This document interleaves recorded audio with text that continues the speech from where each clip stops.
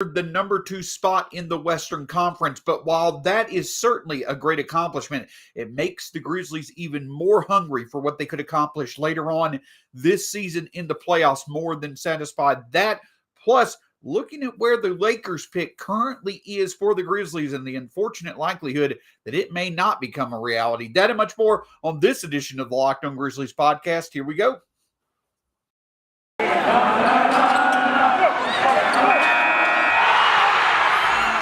Locked On Grizzlies, your daily Memphis Grizzlies podcast.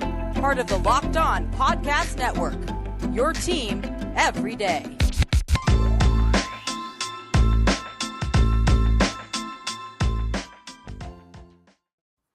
Welcome one and all to the Locked On Grizzlies podcast. My name is Shawn Coleman. Hope wherever you are and wherever you are listening that you certainly are having a terrific start to your Tuesday. Of course, you can find the show at Locked On Grizz, myself at StatsSAC, the podcast wherever it's available, Spotify, Stitcher, Apple Podcasts, Google Podcasts, the Odyssey app, free on all platforms, right here on YouTube as well. Hit that subscribe button below. My co-host, Michael Cole, will be back with me later on this week. You can find myself again at StatsSAC, him at DeMichaelC on Twitter. Happy to say it was my first game of the season at the FedEx Forum. Just an opportunity for me to be able to get there and see the Grizzlies in person. We'll be back on Friday. Had the pleasure of meeting DeMichael Cole for the first time as well. And it was just a great experience overall when it came to the Memphis Grizzlies. And if you're not listen to the show on the wall. Once again, I'm Shawn Coleman, credentialed media member with the Grizzlies. Have been covering them over for 4 years over at Grizzly Bear Blues and your co-host here at Locked On Grizzlies. But yes, an absolutely awesome overall experience. And there's something to be said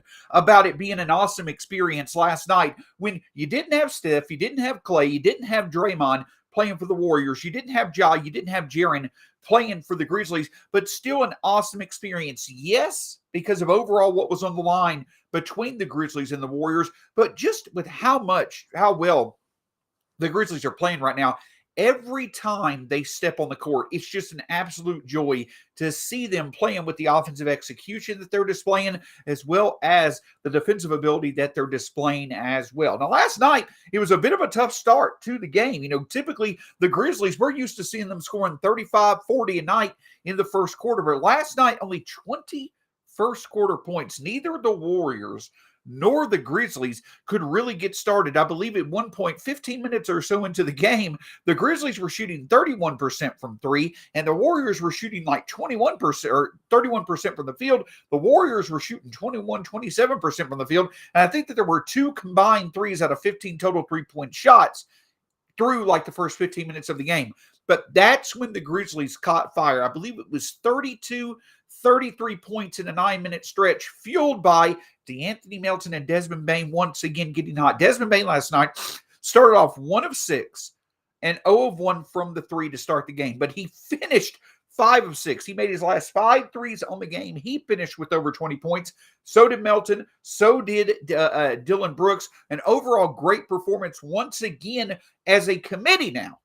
As a committee of offensive talents, the Grizzlies stepped up and stood out and supported each other, finding their rhythm from 3. Tyus Jones and the rest of the bench, Brandon Clark and others stepped up as well, and the Grizzlies were able to get a big victory. They started off slow against the Warriors, and it looked like it was going to be a close game, but then in that second quarter, you saw the shooting surge emerge. I believe it was Bane, then Melton again, then Dillon Brooks. Grizzlies went on like an 18-3 run, and by halftime, the Grizzlies had gone from scoring 20 points in the first quarter and having a 4-point lead to scoring a new franchise record 43 points in the second quarter and leading by nearly 20 at halftime. And then after that, the Grizzlies just took over in the third quarter. Yes, Jordan Poole kind of tried to creep the Warriors back into the game, if you want to call being within 17 or 18 points. Getting back into the game, but the Grizzlies overall were able to secure the win, and they were now able to take what is a 5-game lead with 6 games left for the second spot in the Western Conference over the Warriors. And, you know, the same narratives continue, right? The Grizzlies now being 18-2 without Ja Morant, the Grizzlies being able to take advantage of the fact that the team that they were playing did not have their best players, and the Grizzlies just taking care of business in general. But make no mistake, there are certainly more significant wins happening for this Grizzlies team without Ja than there were in the past. And the fact that the Grizzlies have been able to win so many games without Ja, and that they were able to win those games back in December and also throughout the past couple of months without Ja, playing easier teams, the confidence, the continuity, the overall consistency the Grizzlies have continued to develop and continue to produce, being able to do it against teams that, were not of playoff caliber, being able to do that against teams without Ja in the past, that's allowing for the Grizzlies to do what they're doing without Ja now against playoff caliber teams.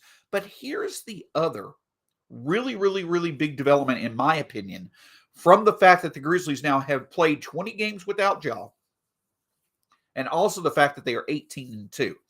We talk about all the time, or we see the talk all the time now about what's Ja's value, what's his, how does this impact him, all this different stuff. Listen, it's becoming nauseating. We've talked about that enough. And as I mentioned, the focus should not be on Ja when it comes to how the Grizzlies are performing without him, but on the Grizzlies as well. But we've also talked a lot about how it's outstanding, how it's just the Grizzlies being one of the deepest teams in the NBA. But here's where that really matters. Here's where that stands out. One of the biggest reactions you saw on Twitter last night was that the Grizzlies, without their top two players in Ja Morant and Jaren Jackson Jr., just seem light years ahead of the Warriors without their top three players. And don't get me wrong, there's a big difference that Steph, Clay, and Draymond obviously make.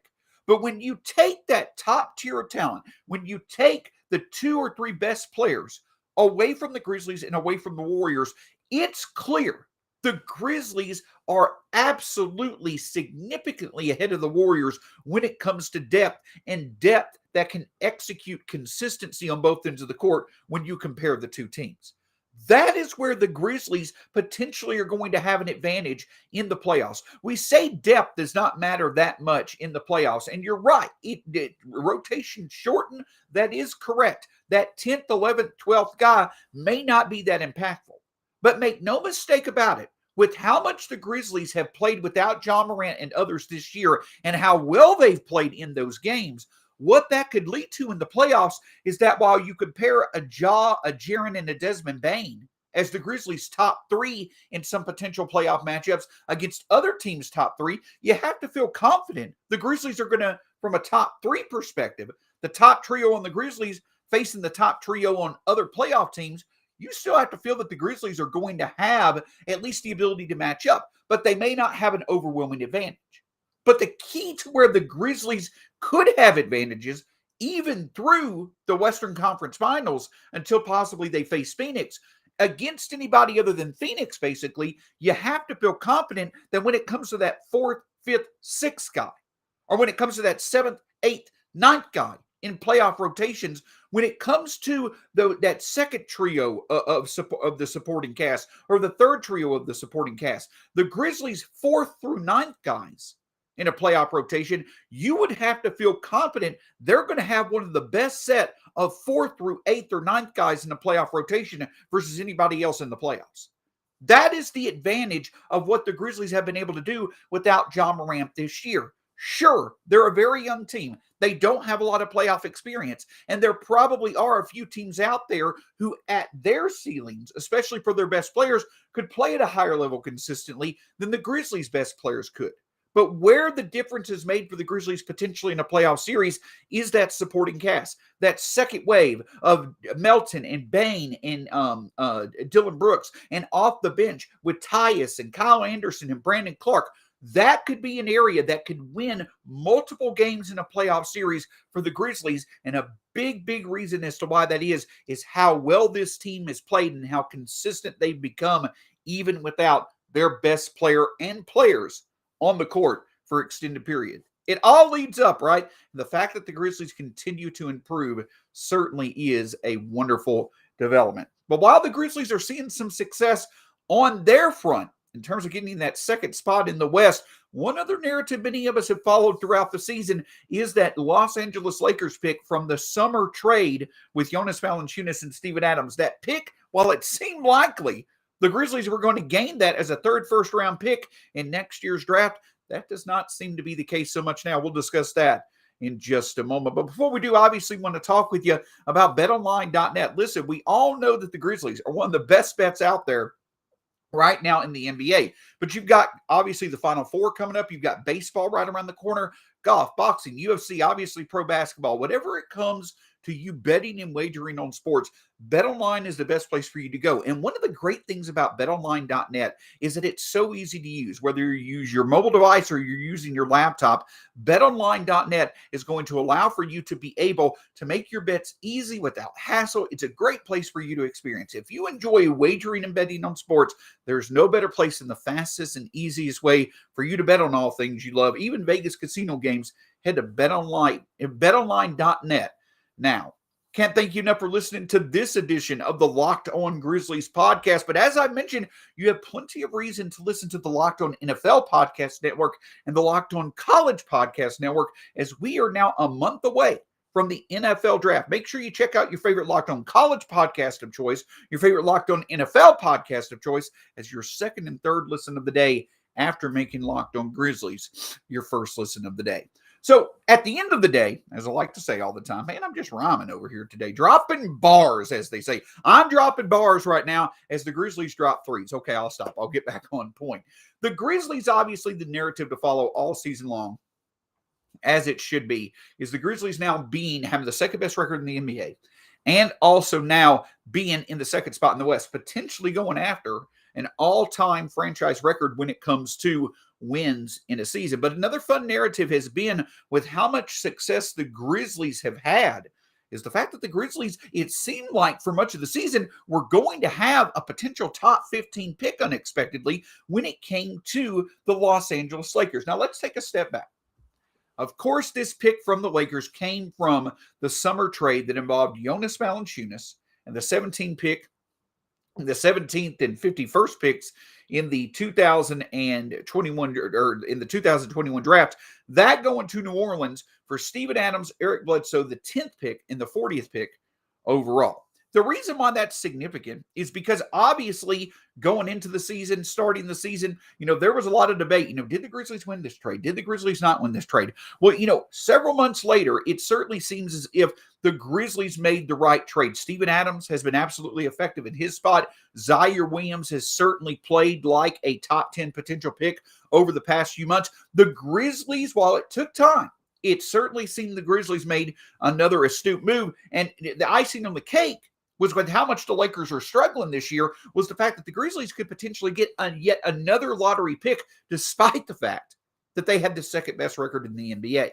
Well, unfortunately, and I've been someone, I know many others have talked about the Lakers pick potentially being worried about it, all this different stuff. I haven't given it much thought, because at the end of the day, it always felt like, especially with LeBron being in place, that the Lakers would do just enough to be able to make it to where the Grizzlies would land that pick in the 11 to 15 range. Well, unfortunately, that's just not been the case. And while nothing is set in stone yet, while there still is time for the Lakers to potentially be able to secure this pick, and we'll get into how they could in just a moment, one thing that is definitely clear is that the way for them to be able to do it, the way for the Lakers to make it to where the Grizzlies can have this pick instead of New Orleans, those options are becoming few and far between. And the biggest reason why is because the Lakers keep losing, while teams like the Knicks, Washington, New Orleans, and San Antonio keep winning. For instance, San Antonio and New York, over their past 4 games, have won 4 games in a row. The Wizards have won 2, and the New Orleans Pelicans, who were down by 20 to the Lakers on Sunday, they came back and won unexpectedly. So now the Lakers find themselves in the 9th spot in the pick odds. And when it comes to the Lakers being in that 9th spot or that 10th spot, there is a huge difference. Yes, if the Lakers were to finish, say, in the 10th spot, there's the potential that the Grizzlies could still get that pick, but it's far less likely than if the Lakers finished in the 11th spot. So yes, there currently is 6-7 games left for many of these teams, even 8 games for the Lakers. But a couple of things really stand out is that at this point in time, that pick that many of us had hoped would be there for the Grizzlies, for them to potentially land another significant talent in the lottery in this draft, which overall may not be as strong as the 2021 draft class still offers plenty of intriguing prospects, the likelihood of getting that pick certainly is nowhere near as certain as it seemed to be in the past. A few ways that the Lakers could still make the pick a reality for the Grizzlies, though it probably won't be in the 11 or 12 spot, it would be more in the teens, is that, of course, if the Lakers were able to still make the play-in, they were to get Anthony Davis back, and then, for instance, they were to win a matchup likely with the Pelicans, and then potentially win a matchup with the loser of, for instance, the Nuggets and the Clippers right now, who are 6th and 7th in the West. The thing that I'll say is that is a way for the Lakers to still secure that pick for the Grizzlies. And with a healthy Anthony Davis back, you would have to think on paper the Lakers could certainly make that happen. But that's now not a certainty, because the Lakers right now are in the 10th spot, but half a game behind them is the San Antonio Spurs. And the Spurs have won 4 straight.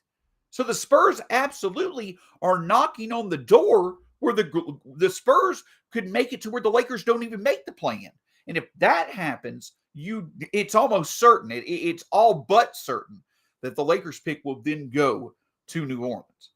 But one thing stands out, though, and I'm not saying this is going to play any type of part in the Grizzlies' intentions of who they play, who they don't play for the rest of the season. But with the Lakers being where they are right now, 10th in the West, and only a half a game up on the Spurs, and with the fact that the Lakers needing to make that play-in tournament being the best way for the Grizzlies at this point in time to be able to gain that first-round pick potentially in the teens of the 22 draft, the Grizzlies have a little bit of control over that, as they still have the Spurs and they still have the Pelicans on their schedule. But the Grizzlies aren't going to be focused on that. They're going to be focused on making sure players are healthy, making sure they're ready for the playoffs. So even though the Lakers are just a game out of being back in that 11th or 12th spot where they would likely give the Grizzlies their pick, where the Grizzlies would be able to gain that pick as a third first-round pick in the 2022 draft, the Lakers, they have the only team that has a tougher schedule than the Lakers moving forward is the Grizzlies. That's number one. Number two, you've got the teams that are surging right now between the Knicks, the Wizards, the Spurs. They're all winning at very impressive clips while the Lakers are struggling. And again, the Lakers have a tougher schedule than all of them.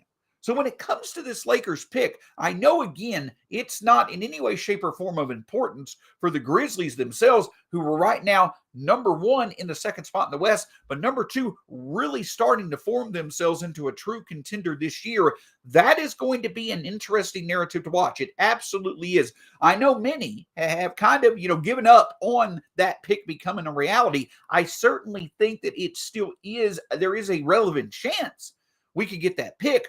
But with the Lakers having the second toughest schedule for the rest of the NBA season, with the Spurs and the Pelicans playing well and other teams as well, the Lakers are going to have to play better than they have, or they're not going to be in the play-in tournament at all. And then the Grizzlies will be without their pick, and it will go to New Orleans. Now, why is all this significant? Why am I talking about this during the Grizzlies' run to the playoffs that they have right now? Because of the fact that the Grizzlies, without this New Orleans pick, this Lakers pick, and I want to make it clear, whether or not the Grizzlies get the Lakers pick or not, the trade still benefited them. I think that the Grizzlies win the trade with New Orleans, even without them getting the Lakers pick and New Orleans retaining a top 10 pick. Because at the end of the day, Steven Adams has been wonderful. Yes, his emergence and the fact that he is a lower usage option than Jonas Valanciunas on offense, it's opened up the door for development from other players. And I believe that Zaire Williams certainly was more than worth moving up to get with his development that we've seen this season. So make no mistake, even without us getting the Lakers pick, I still think the trade from the summer absolutely was the right move to make. But it's the impact that not having the pick for the Grizzlies, it's the impact it can make on this summer that becomes quite more interesting. Because at that point, you lose a potential lottery pick and 3 overall first-round picks. You go from that down to having 2 picks in the latter part of the first round. And that could mean that the Grizzlies could look at a variety of moves. We won't spend too much time on that as of now. But make no mistake about it. Yes, many have talked about it, and yes, many may feel that we should just move on without expecting the Lakers pick to be a part of our arsenal going into the offseason. And that may still be true. And if it is, I do think that that's something that could change a bit of the Grizzlies' perspective going into the offseason. But I will say the thing to watch is obviously the Grizzlies games against both the Spurs and the Pelicans coming up. Obviously, the fact that the Lakers have more games than many other teams do. They have 8 games remaining, but unfortunately, they've got the second toughest schedule only after the Grizzlies for the remainder of this season. At the end of the day, it's likely going to come down to, number one, the Lakers making the play-in tournament, and number two, them making the playoffs for the Grizzlies to land their pick. So it certainly is going to be something to watch out for. Just another thing for Grizzlies fans to watch as we move forward. It's not looking good right now for the Grizzlies to get the Lakers pick, but there still are multiple avenues in which the Lakers could make it happen, especially if they got Anthony Davis back and they catch a bit of a surge moving forward when it comes to playing. But if we want to talk about surges, and if we want to talk about the impact that it's having on overall performances, the Grizzlies' offensive surges continue to fuel why activity for them is so important. I'll discuss that in just a moment. But the reason why I want to get to that in just a moment is because, again, Dillon scoring 20 points, Bane scoring 20 points, DeAnthony Melton scoring 20 points. The Grizzlies have so many options whenever they're missing, even with missing their best players. If you like options, there's no place better for you than Built.com. Number one, you can choose between different options when it comes to delicacies. Whether you like Built Bars, Built Puffs, the flavors are endless. Over 18 different flavors to choose from. Have it in the morning for breakfast or in the afternoon as a snack. And if you go to Built.com right now and you put in the promo code LOCKED15, you'll get 15% off your next order from Built Bar. Make sure you go to Built.com, put in the promo code LOCKED15, and get 15% off your next order from Built Bar. On tomorrow's edition of the Locked On Grizzlies podcast, DeMichael Cole will be back with me. And while, yes, the Grizzlies likely don't have much to play for with that number 2 seed already all but locked up, they do take on the Spurs, and as I just mentioned, that could benefit the Grizzlies when it comes to this offseason. Beating the Spurs could help out the Lakers, which indirectly could help out the Grizzlies. But beyond that, we'll also be looking, obviously, at how the Grizzlies can get a win against a surging Spurs team in San Antonio. That and much more on tomorrow's edition of the Locked On Grizzlies podcast. So one thing that we've talked about over the past week is that this team just continues to make history. They absolutely do. Desmond Bane getting the all-time 3-point record. The Grizzlies setting a new record when it comes to threes in the season. In tomorrow's game against the Spurs, the Grizzlies are 14 assists away from setting a new franchise record for assists in a season. Now, here's a big reason why the Grizzlies are all of a sudden setting all these new franchise records. One big thing to understand is that there is a lot more activity going on in the NBA, especially with the Grizzlies style of play now, than there has been in the past. The Grizzlies not being around as much as many other franchises. The fact that the Grizzlies have, since they've been in Memphis, they've always been more defense than offense, and have always been one of the worst three-point shooting teams in the league. And then you have Taylor Jenkins, who just comes in 3 years ago and completely changes the style of the Grizzlies, plus the fact that this is the first time he's actually coached a regular full season. That's why you're seeing many of these franchise records fall. It's just because the Grizzlies are a far more effective offensive team than they've been in the past, and they also are having a lot more possessions than they've been in the past. So more chances leads to more quantity, and over a full regular season of that happening, you're seeing many offensive records for the Grizzlies fall. And that's great to see. But that is just as much quantity as it is quality. But make no mistake about it. As we go over the next several games, the quality of the Grizzlies' approach, especially when it comes to activity, is going to start to shine through. For instance, the Grizzlies last night scored their 1,420th second chance point of the season. Though the Grizzlies have 6 games left, they now have scored more second chance points than any other NBA team over the past 25 years of the league. The Grizzlies are potentially on pace to be able to score 1,500, well, excuse me, not 1,500. Well, yeah, they potentially could score 1,500 points in the paint this year. Not likely, but there's a chance they could score more second chance points in a season than any other team has over the past 25 years. Currently, the Grizzlies are first in rebounds per game, first in steals, first in blocks, first in offensive rebounds, first in second chance points, first in fast break points. And here's the kicker. Right now, and we're talking about right now, 76 games into their season, the Grizzlies are tied for first in the NBA in points per game. Now, that's fueled by a March where the Grizzlies have the number one offensive rating in the league. It's fueled by the Grizzlies all of a sudden becoming a top 7, top 8 three-point shooting team in the NBA. This is not to the level that it was in April of 2021, where the Grizzlies set franchise records for best offensive month, in franchise history, just absolutely went off when it came to their production. This is not to that level as of yet. But the fact that the Grizzlies are using this to be now tied for first in points per game with a chance to potentially end the season with the highest points per game in the league, it's incredible. It's absolutely incredible. So the point that I bring up, by bringing all this up, is that all these franchise records we see the Grizzlies breaking, it's great to see, both individually and as a team. And that could be more looked at as quantity, simply because of the style of play that the Grizzlies have now versus how they played in the past, but also the fact that they're playing a full season versus playing 72 games each of the past 2 seasons, 73 and 72 games. But quantity is fine, and it's fun for that to lead to impressive numbers. But make no mistake, the quality of the Grizzlies' play and the consistency of the Grizzlies' play is standing out, and it's based off activity. I've said it before, and I'll say it again. Yes, the Grizzlies are going to need to shoot the three in the playoffs. They're not going to shoot it to the level that they are now, but they need to shoot it much better than they have for much of this season. The Grizzlies are going to need to continue their impressive streak of very smart playmaking and passing, being among the best in the league when it comes to assist to turnover ratio.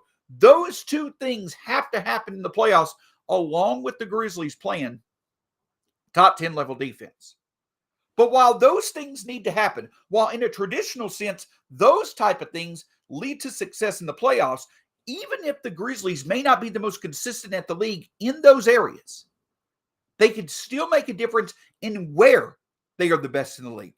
And there are many aspects of the game, even if they're not that, may not seem that important. The fact, though, that many of them are where the Grizzlies are elite, that's going to make a difference. Their activity, their ability on the hustle, in the paint, creating turnovers, getting extra possessions. In a traditional sense, that may not be that valuable once the regular season goes to the playoffs, but it does become valuable at the level the Grizzlies do many of these things, and the fact that they do many of these things at an elite level. So when we talk about these franchise records, when we talk about how impressive it is, yes, it's awesome to see the Grizzlies making franchise history, rewriting the record books with how special they've been this year. But now we're starting to see that it's not just based off what the Grizzlies are doing from a franchise perspective in terms of the NBA. There have been very few teams that have orchestrated success like the Grizzlies have. And just because it's not in a traditional sense, that should not mean that it's limited. With how good the Grizzlies are in as many areas as they are, that's going to make a difference in the playoffs. And it's especially going to make a difference in the playoffs with how good the Grizzlies have been. Again, the Grizzlies have been the best first quarter team in the NBA in 2022. You could bet your ass if the Grizzlies get off to hot starts in playoff games and they're able to set the tone of the game based off how they want to play basketball. All these things that supposedly may not have value in the playoffs, they're going to start having value if the Grizzlies set their tone and get off to hot starts. Shooting and defending the three, passing the basketball well, half-court offense, all those things are going to matter more in the playoffs than they do in the regular season. But with how well the Grizzlies are doing in so many aspects of the game, That's going to matter as well. And it's especially going to matter if the Grizzlies can consistently set the tone early and get off to hot starts. And if they can do what they're doing from three in the playoffs over long stretches, there's not a ceiling for this team. This team has shown the ability to play at the level it needs to play to win a championship this year. Will it consistently do that as the level of talent increases? That remains to be seen. But make no mistake about it, the Grizzlies' style of playing, you've heard me, you've heard many others say it's going to have to change once it gets to the playoffs, and at times it's going to. But with how elite they are in so many aspects of the game, if the Grizzlies get off to that early start, if they are able to claim a significant lead in the first quarter like they've done all of 2022 so far, if they're able to do that in the playoffs, then their style of play becomes more valuable, because then they're setting the tone of how that playoff game will go. And if they can do it consistently, and they've shown the ability to do it, it's going to be a pretty special season to see what's going on. But of course, that's still a few weeks away. The Grizzlies still have plenty of business to take care of in this regular season, and that starts tomorrow, heading to San Antonio. DeMichael Cole will be back with me. We'll preview the game against the Spurs tomorrow. Hope you have a great day, and we'll talk to you again soon here on the